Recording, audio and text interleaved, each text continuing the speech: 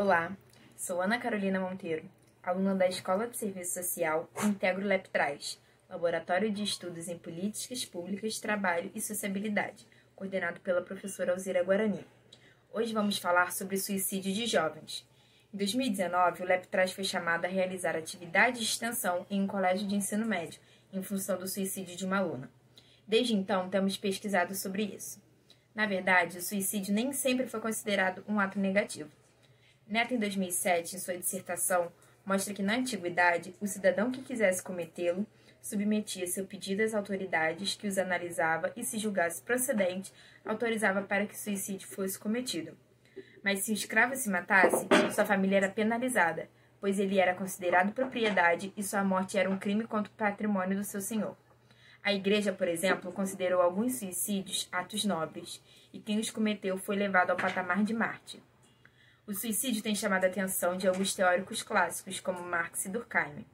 Marx lançou seu livro primeiro, no ano de 1846, uma pequena produção que dizem que foi um trabalho de coautoria, pois Marx acrescentou anotações e reflexões em cima de um texto que tratava das memórias de Jacques Pichet, diretor dos arquivos da polícia de Paris.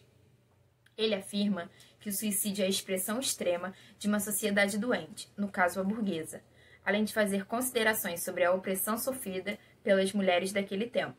Já Durkheim escreveu sua obra em 1897, no qual apresenta-o como fenômeno social e diz que existem 4 tipos: o altruísta, o egoísta, o fatalista e o anômico. Apresenta ainda algumas tabelas que mostram que, em contextos de crise, seus números sobem muito, ou seja, ambos autores concordam que, a despeito de ser um ato individual, o macro contexto tem alguma participação.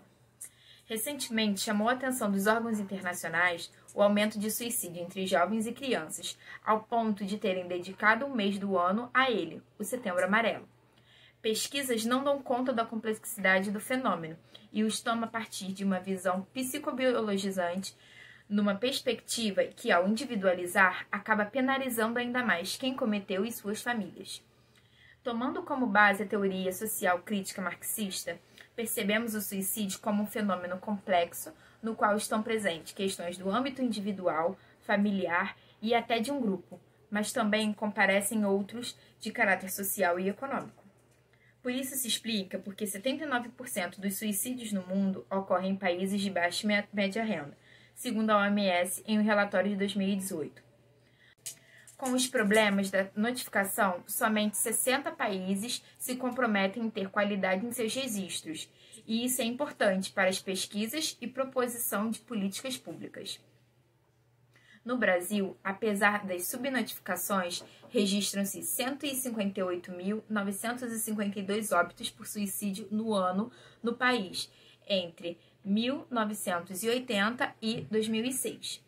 E possui uma das maiores taxas em números absolutos em todo o mundo, segundo a OMS, em 2019. Além disso, 10 de setembro é determinado o Dia da Prevenção Mundial ao Suicídio. Em 2020, o LabTraz está desenvolvendo algumas ações de extensão e pesquisando o suicídio.